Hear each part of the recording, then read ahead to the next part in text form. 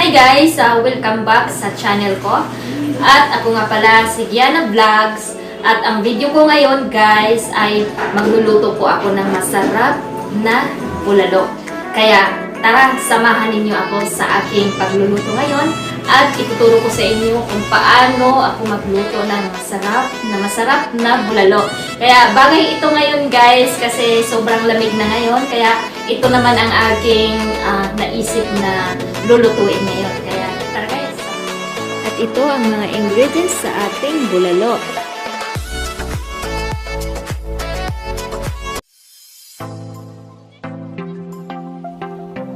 At ito na guys, ang beef shank bulalo. Ayan. Lagyan lang natin ito ng tubig at pakuluan lang muna natin ito ng 10 minuto. At sa unang kulo niya ay ating itapon ang kanyang sabaw at palitan natin ng panibagong tubig.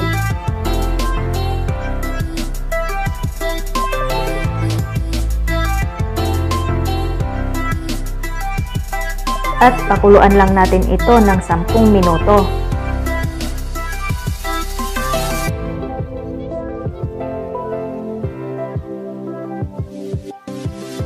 Alisin lang natin itong unang tubig na sabaw na pinakulo natin. Nang sa ganon ay mawala lahat ang kanyang mga scums.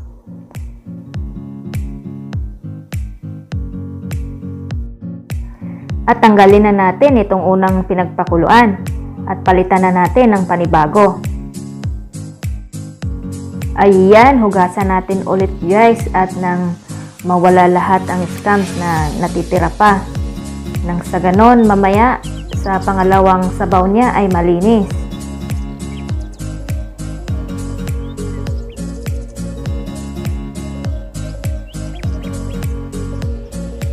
At lagyan na natin ng malinis na tubig.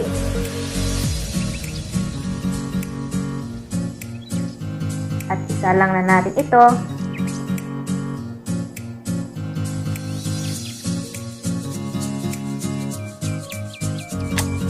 Pakuluan lang natin yun guys, ang 1 oras. At mamaya, balikan natin para ilagyan natin yung mga iba pang sangkap. Habang pinapakuluan yun guys, ihanda ko lang yung iba pang mga sangkap. At ito naman ang ating mga sangkap. Asin at paminta at patis. Hiwain na natin ang sibuyas. Hiwain ko lang ito sa 2 piraso.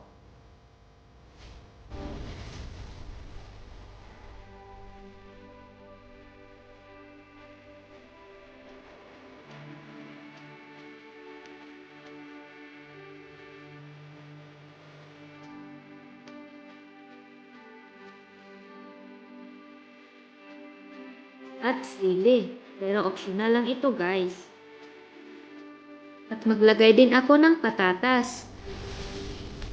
Itong patatas na ilalagay ko guys, ay hindi ko babalatan. Dahil mas gusto ko ang may balat na ihahalo sa bulalo. Gawain lang natin itong malaki ng 3. At At ito naman ang beans. Iwain lang natin ito. Alisin lang natin itong dulo-dulo niya.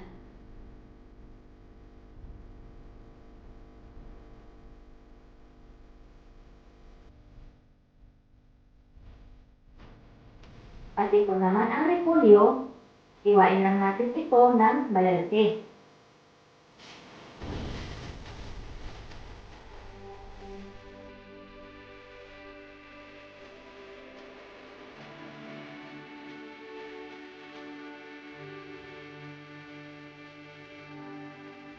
Balatan lang natin ang mais at hiwain lang ito ng maliliit.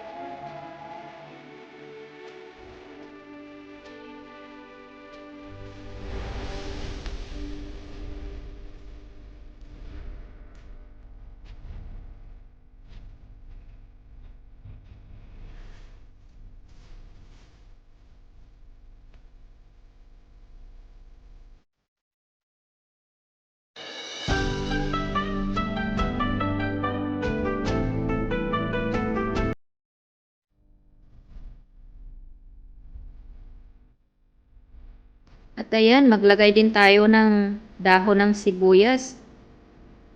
At hiwain natin ng kalahati at alisin natin yung puno at yun ang una natin ilagay. At yung dahon naman ay mamaya naman natin ilagay yan sa huli nating luto sa mga gulay.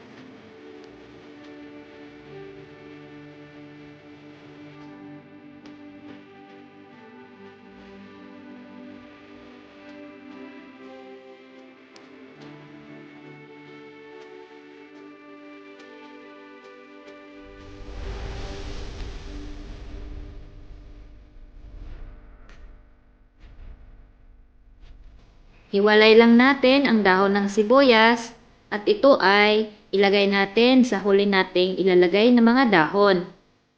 At dito na, handa na lahat ang sahog sa bulalo.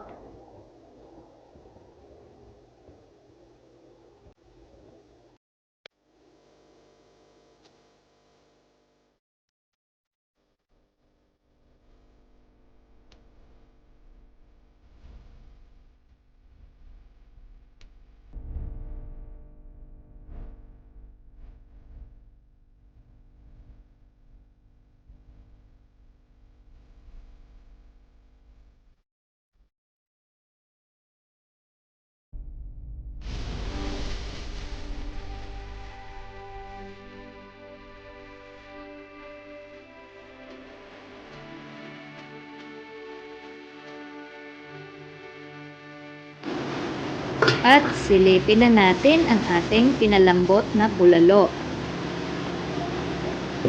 Kalipas ang isang oras, ay ito na siya.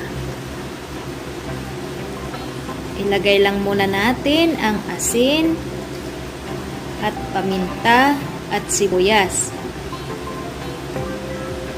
Kasunod naman natin ay ang iba pang mga sahog, pero palambutin muna natin ito ng 1 oras at kalahati pa.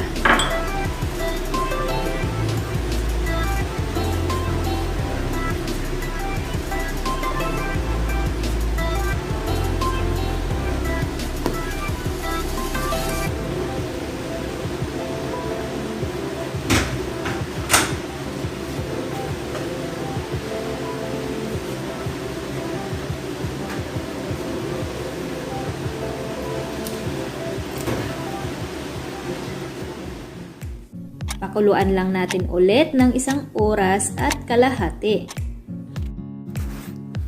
At makalipas ang 1 oras at kalahati, ito na siya guys. Malambot na siya.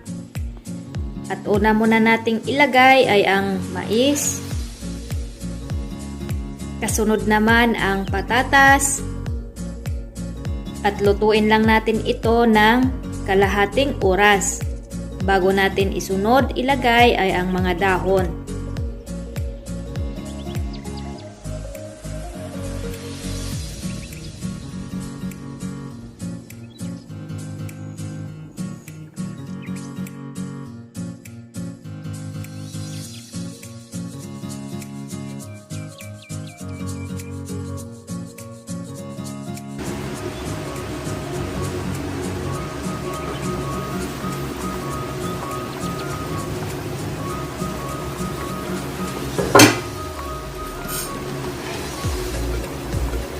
Ito na, malambot na ang mais at ang patatas. Kasunod naman natin ilagay ay ang beans or ang Baguio beans.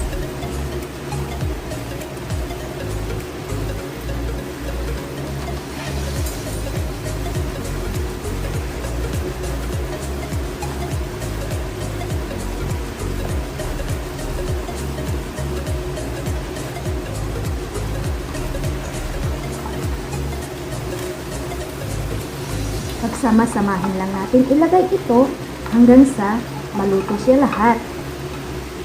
At itong huling nilagay natin mga gulay ay i-half cook lang natin ito.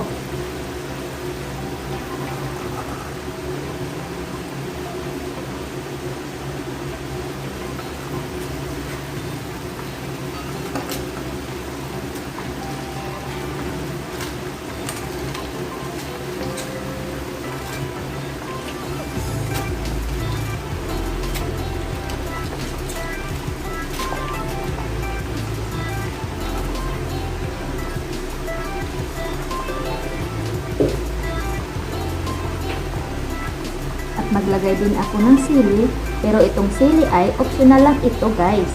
Dahil sa karaniwan ng bulalo ay walang sili. Pero para sa akin ay gusto ko lagyan ng sili.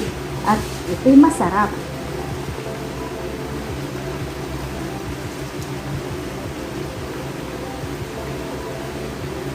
Takpan lang natin ito.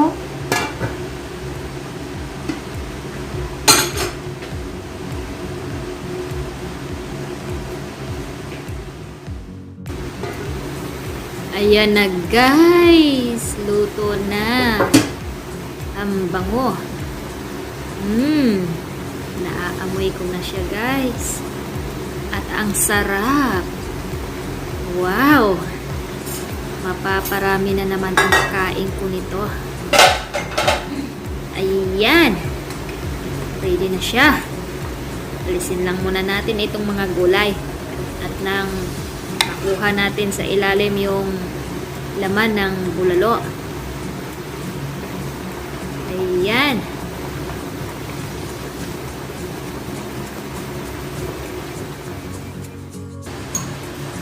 At ito na guys, luto na ang aking bulalo. Lagyan lang natin ito ng kunting bawang na ginisa. At ito ang aking kapartner na sausawan na masarap. Toyo ang aking sausawan. Ayan. Tara, kain na po tayo. Ayan guys, magpapasalamat na po ako sa inyo sa mga nanonood po sa aking mga video at sa mga nag-like po, sa mga nag-comment at sa mga nag-subscribe po. Thank you so much sa inyo po. At ayan guys, kung nagustuhan ninyo ang aking recipe ngayon, please like, comment down below at subscribe lang po at pindutin lang po ang bell button at select all para updated kayo sa iba pang mga video ko po. Salamat!